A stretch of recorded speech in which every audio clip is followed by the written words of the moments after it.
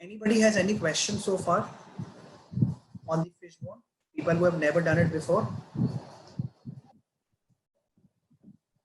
Okay, so these are just examples of the different headers that I talk about. That how do I know that which cause that I put under which header?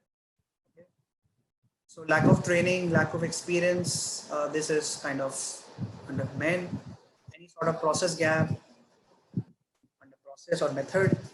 Machines or equipment. Any sort of issues. Just one question that I have. What do you think is the purpose of doing this? Why are we doing it? Can someone think of it? To decide the controllable, non-controllable?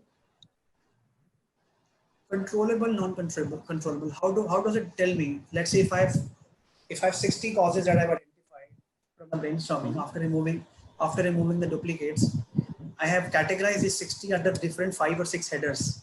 Now, how do I come to know which one of these are controllable and which of them is uncontrollable? I have to do some prioritization metrics, which tells me whether it's controllable or uncontrollable. But in this exercise, do you see anywhere it is mentioned as controllable or uncontrollable?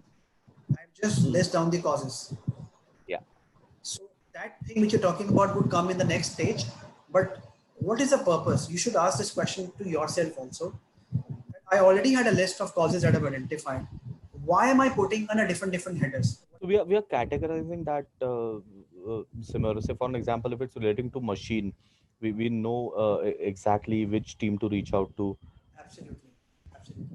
So that's what it matters. The purpose only is to give me an indication that what action that I need to take place.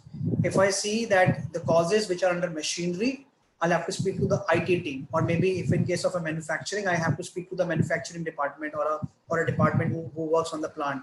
Okay. If it's sort of a process issue, I would have to speak to the operations. If it's a people related issue, okay, I would have to speak to the respective managers, or maybe some of the bottom performers, and ask them what are those reasons. So these category tells me which department, which team, what sort of an action that I need to get in touch with. Let's imagine you don't prepare these category. Do you think it would be easy for you to take action, or do you think it's difficult? If I have a long laundry list of causes that I have, it will be difficult. Okay, so it would be very difficult for us to do that. So this gives me an indication that where I should take action, which department, which team, which function would be able to help me. Okay, so that's why these 6 M's takes place when we do the fishbone exercise. So when we are in the analyze phase, we have to do this brainstorming, identify the causes. So let's take an example. You do the brainstorming and you identify 70 causes. Okay. Now, do you think it's practically possible to work on all the causes or get to the root cause? How much time does it take? We should prioritize, right? Right. We'll identify the ones which will have the maximum impact.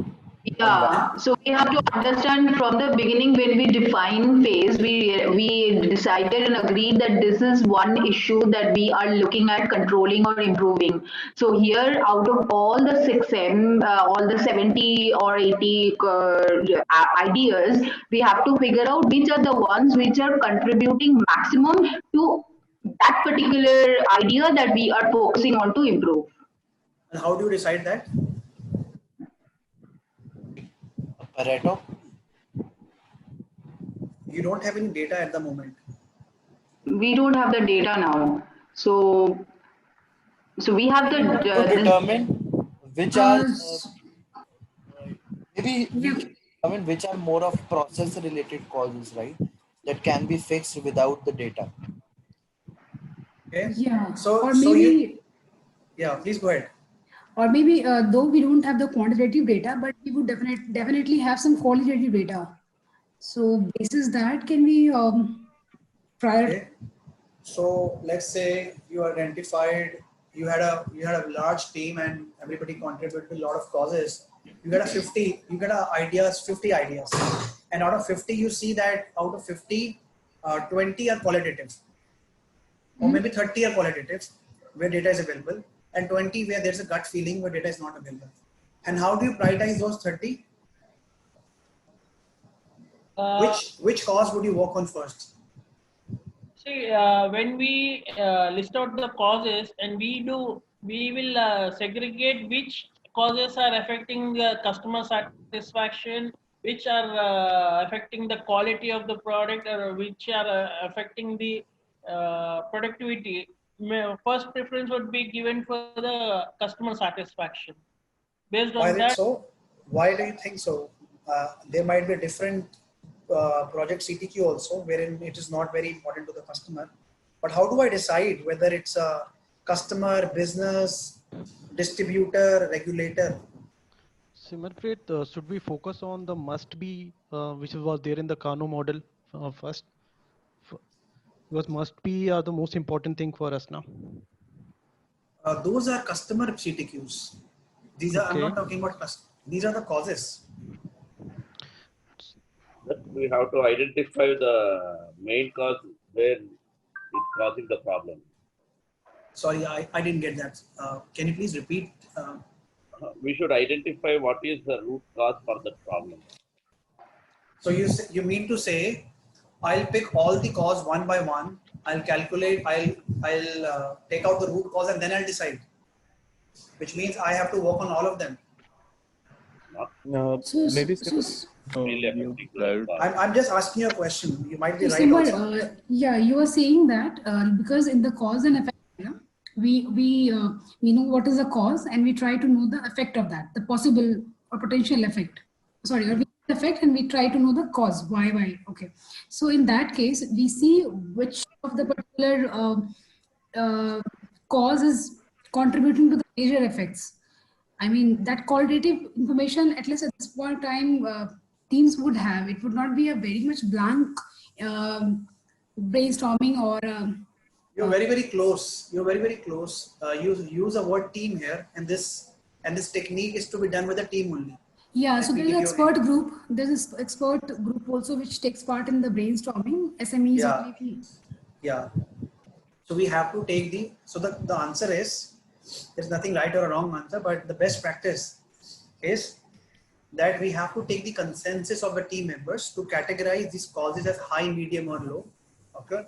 And basis the prioritization that we done with the help of the team in the brainstorming itself, I'll be focusing on those causes. Okay. So for that, Simar, will we also consider cost as one of the aspects here, along with the team's inputs? If something requires a machine change, it's obviously going to involve cost. yes. So there can be many criteria that the team can use to define whether it's a high, medium, or low. That is upon the discretion of the team. Okay. So that's why I just labeled it as high, medium, and low. Whatever definition team wants to give it to high impact. High impact could be the one which would be easy to work upon, could have less cost, could be able to get to the root cause in a very short span of time. And we think that, if we work on this kind of a solution, we'll be able to get to the root cause easily. Okay. So that's a definition that we want to give it to the cause on which we're working upon. So I will talk about a tool which is called a cause and effect matrix. This is one particular tool. I'll just show it to you. How does it look like in the next slide? But I want to tell you the features of this tool. Cause and effect matrix is one particular tool which is used for prioritizing causes. It's a judgment-based tool, and as you said, it captures the knowledge of the SMEs in the process, and this makes the process somewhat objective. Earlier, it was very subjective because everybody was saying that according to me, this is a high impact. According to me, this is a low impact and medium. So this exercise helps all the team members to be on the same page and prepare the cause and effect matrix. Okay. So we can get, so these are the ratings that can be given to the high impact ones, which is probably 9, for the medium one, which is 3, and for the low impact, which is 1. This is a kind of template that you can prepare. List down all the causes, probable causes that you've identified here. The 9 ones are the high one, 3 are the medium, and 1 is the low impact. Okay. And then there is an output indicator wherein we multiply it by 10 so that we look the number clearly. So this is a consensus of the team. Whatever logic, whatever formula that the team believes, depending upon the metric, we will give it a high, medium, or low. Okay. It is essential to get an agreement of more than 50% of the team to make one cause as a high, medium, or low. Okay. So, and especially the expert comments, which is the SME who are there in the process for a longer time. And basis that we will make a call whether it's a high, medium, or low. Along with that, when we talk about the qualitative and quantitative data, there's another technique which is called as process door approach and data door approach. Okay, process door approach is an approach wherein I don't have that data available for that particular cause. Okay, so for example, if one of the cause is employee motivation, if somebody said employee motivation is one of the potential cause, and due to that my net promoter score is very, very low. Do I have the data for that? No, I don't know. It's just a gut feeling. Okay, I would use a different technique to get to the root cause. So that I would refer as a process door. Data door is a kind of a cause for which I have the data available. So for example, if somebody says shift time, okay, so I can easily fetch the data for morning, evening, and night shift if there are 3 shifts available. If somebody says days of the week, okay, so then I can have the data for days of the week. If somebody says the trainer, if somebody says the team leader, if somebody says the manager, okay, if somebody says any cause which has a data available, that's a data door.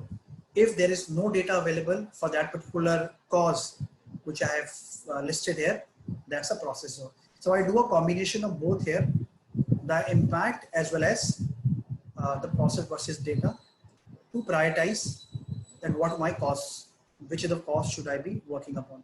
Typically high impact are the ones that I'll be looking at always to resolve the issue that I'm currently looking at.